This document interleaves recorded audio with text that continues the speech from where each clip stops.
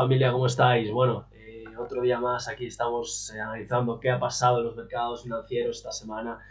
La noticia más destacada ha sido la entrada de Biden oficialmente como presidente de los Estados Unidos. Hemos tenido reuniones de bancos centrales en los cuales afirman que van a seguir apoyando el estímulo monetario que estamos viviendo en los mercados. Y realmente el gran protagonista, por desgracia, a nivel macroeconómico sigue siendo el COVID. Un COVID que bueno, está provocando grandísimos estragos a nivel sanitario, pero efectivamente también está provocando numerosos problemas a nivel económico. Estamos viendo nuevas restricciones y los mercados están empezando a detectar pues, que la logística en las vacunas está siendo se está ralentizando mucho más de lo que se tenía descontado en primera instancia por el mercado, y que el COVID efectivamente está haciendo esta tercera ola mucho más daño de lo esperado. La semana ha sido negativa en Europa, hemos visto pérdidas porcentuales en los índices. El gran ganador ha sido Estados Unidos, en concreto la tecnología, el Nasdaq 100 y las FANG. Hemos vuelto a ver un poco, nos recuerda la sintonía de mercado del año pasado, donde las grandes FANG eran las que tiraban. Hemos visto los resultados de Netflix, que se había apuntado un 16% en la jornada del miércoles, si no recuerdo mal. Y esto es lo que tenemos en el aspecto macro. Bueno, si nos vamos a los gráficos, vemos el IBEX 35 en el gráfico de 4 horas intraday.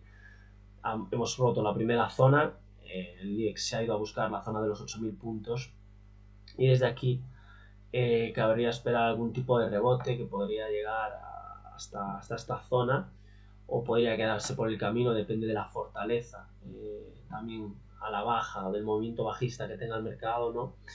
Y que podría ejercer de techo, en este caso esta zona, y podría llevarnos hacia cuotas efectivamente más bajas dentro de este proceso correctivo. Veremos a ver qué es lo que va sucediendo, pero de momento tenemos que estar muy vigilantes a la zona de los 8.000 puntos. Si este rebote superase esta zona de aquí, daríamos por finalizado el movimiento correctivo en el IBEX, pero de momento, como digo, en el corto plazo al menos, estamos en un movimiento correctivo de esta fuerte tendencia, de esta fuerte oleada al alza que hemos visto gracias a la vacuna de Pfizer en el IBEX 35, ¿no? Bien, si nos vamos al DAX, el DAX sigue inmerso dentro de esta zona pivote. Vemos aquí alguna ruptura, en este caso una especie de ruptura falsa, y los síntomas que nos está dando la bolsa europea pues, es de que está habiendo o puede haber una corrección, al menos en el DAX pues, está a niveles de 13.550, 13.600 puntos, ¿no?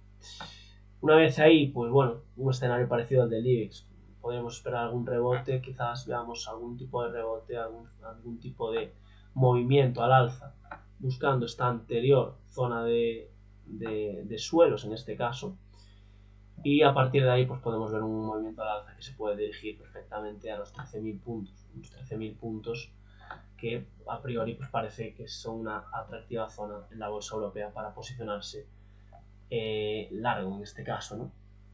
Para finalizar un poco con el resumen de lo que vemos en Europa, tenemos también el Eurostoxx, un Eurostoxx que está en la primera zona pivote, y mientras no pierda esta zona efectivamente no podemos pensar o no podemos posicionarnos en que el Eurostoxx vaya a venir a esta zona de mínimo.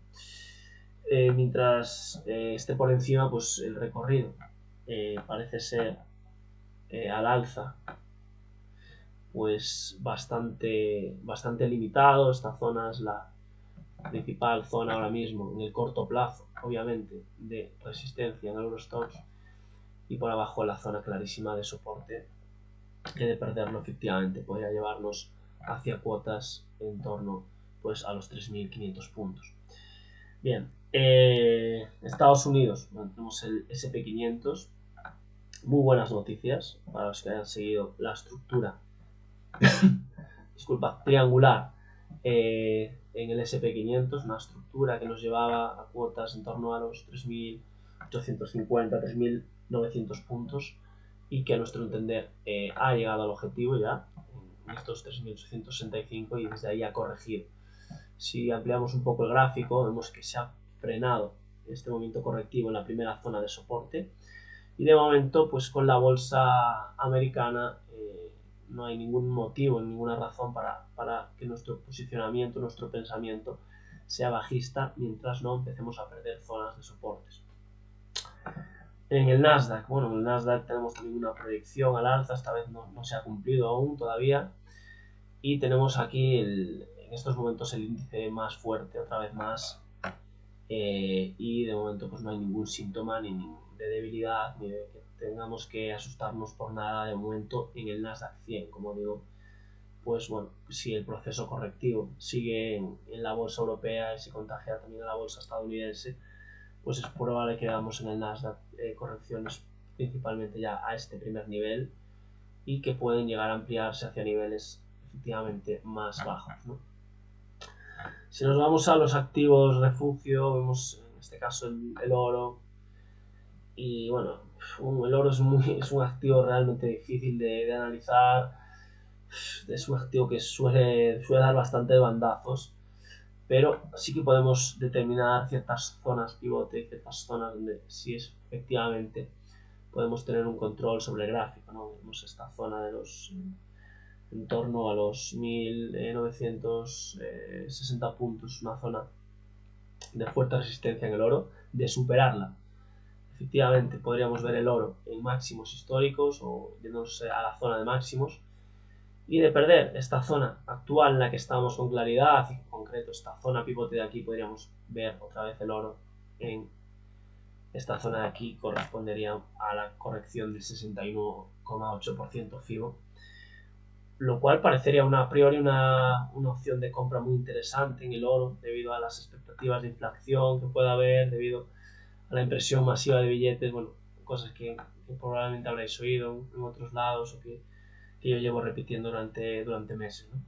Bueno, Bitcoin. En Bitcoin lo que tenemos es una ruptura de un triángulo simétrico, como podéis ver, y con una proyección hacia los 23.000, 21.600 puntos a priori como primer objetivo, con una prolongación hacia los 19, 20, 18.000 más o menos, ¿no? Bien, bueno, perdonadme, se me ha ido la conexión aquí, disculpadme. Bueno, como os decía, en Bitcoin pues un activo tremendamente alcista y que efectivamente pues después de un movimiento de consolidación pues parece que lo que estamos viendo en Bitcoin pues es una corrección a la baja, ¿no? Vamos a verlo otra vez. Lo que estamos viendo es una corrección hacia estos niveles. Hemos visto una ruptura, hemos también roto esta zona intermedia de soportes. Estamos viendo un pullback y desde aquí lo que cabría esperarse, si lo analizamos desde un punto de vista técnico, es una corrección hacia la zona, hacia esta zona, hacia estos niveles. Bien, si nos fijamos en el petróleo, estamos viendo también como el petróleo, vemos que aquí tenía una fuerte resistencia, una resistencia que traía desde épocas anteriores y que era probable que el precio del petróleo se frenase aquí.